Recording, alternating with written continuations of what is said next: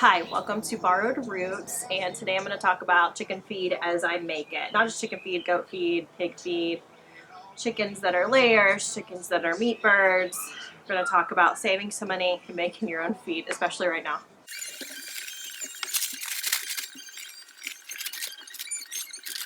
You guys along for my animal food making. It's super hot though.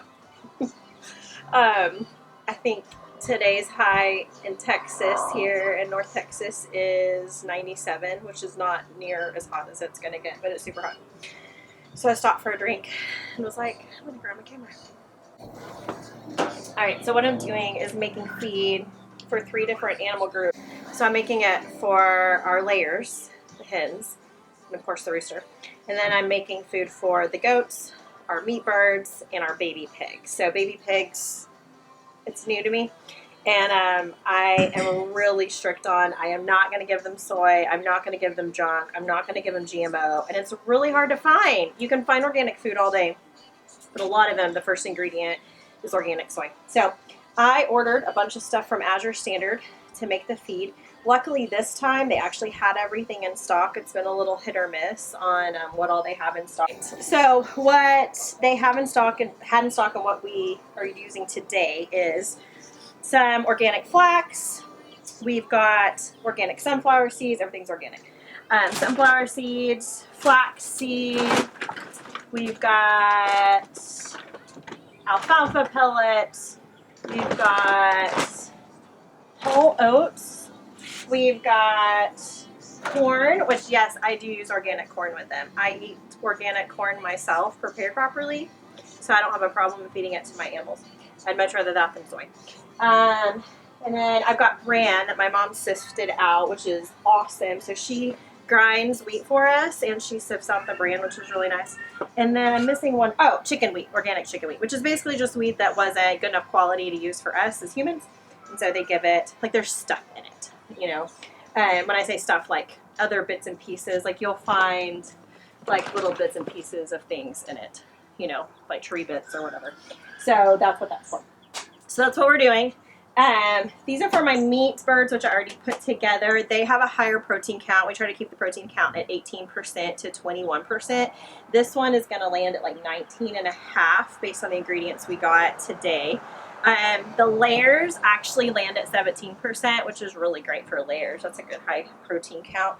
The pigs, that protein count is going to be closer to the 16% range.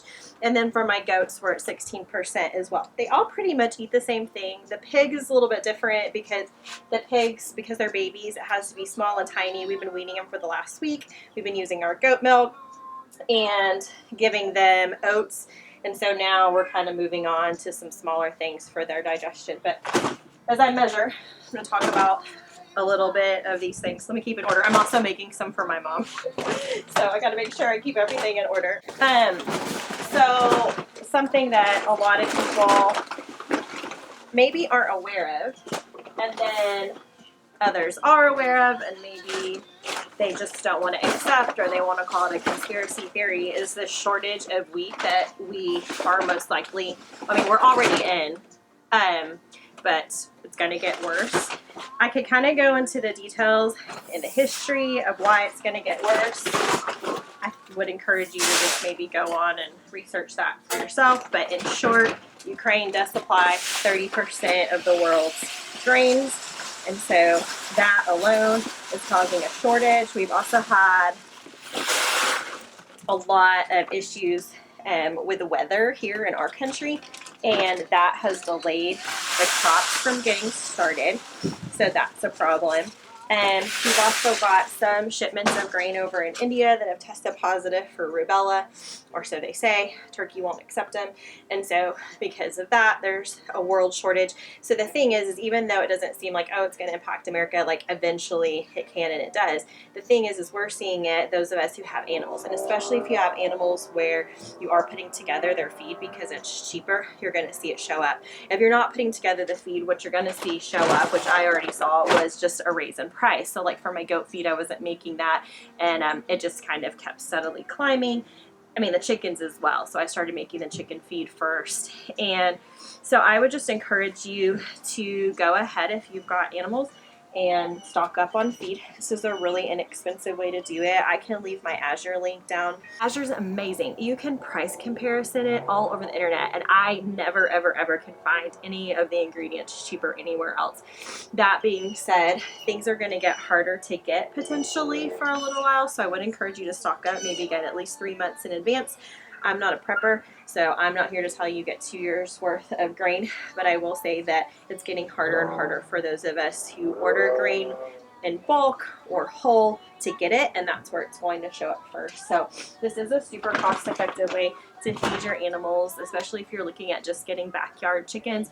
The feed can sometimes be expensive to get straight from the store, so you can do this, make a huge trash can, and it will actually take you pretty far. So our meat birds are going to go through this big old trash can probably in 2 weeks, but they're meat birds. Our laying, we have 20 little baby chicks right now. And then we have our 12 laying hens that are already laying, and then our rooster. And this will probably last us like, I bet you 3 months. And all in all, probably if I were to, because I'm using it for several animals, so 3 months supply, we're probably looking at somewhere about $30 a month, which I think is really great when I'm looking at how much eggs cost, especially when you're getting free range, soy-free, non-GMO, organic eggs. They're costing you about I think $7 a dozen. I haven't looked in a little while because we don't have to buy eggs. But I think that they're $7 a dozen. If anything, they're more.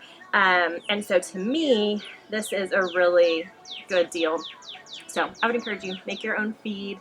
If you've never heard of making your own feed, it sounds like it can be really overwhelming, but it's really not. I used Garden Buddy's chicken calculator to come up with what I needed. I basically just ordered a bunch of ingredients that they had in stock, and I'll list all the ingredients that we used, but I ordered the ingredients, and then once they came in, I weighed them like she suggests and popped them into her little Excel spreadsheet, and it told me the protein counts. And so then I was able to go from there to decide for each animal. You can make your feed stretch by fermenting it.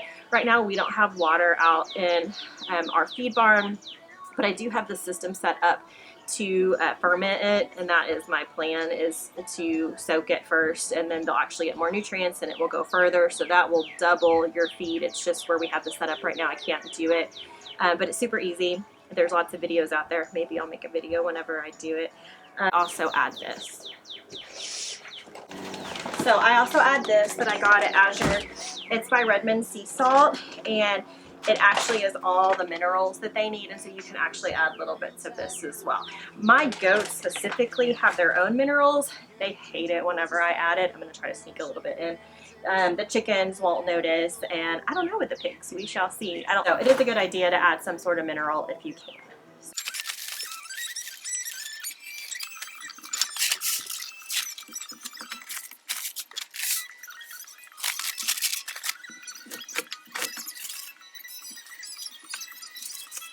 If you enjoyed this video on this hot and sweaty day, no makeup, these videos will never get done if I don't just start doing them like this. So here we are.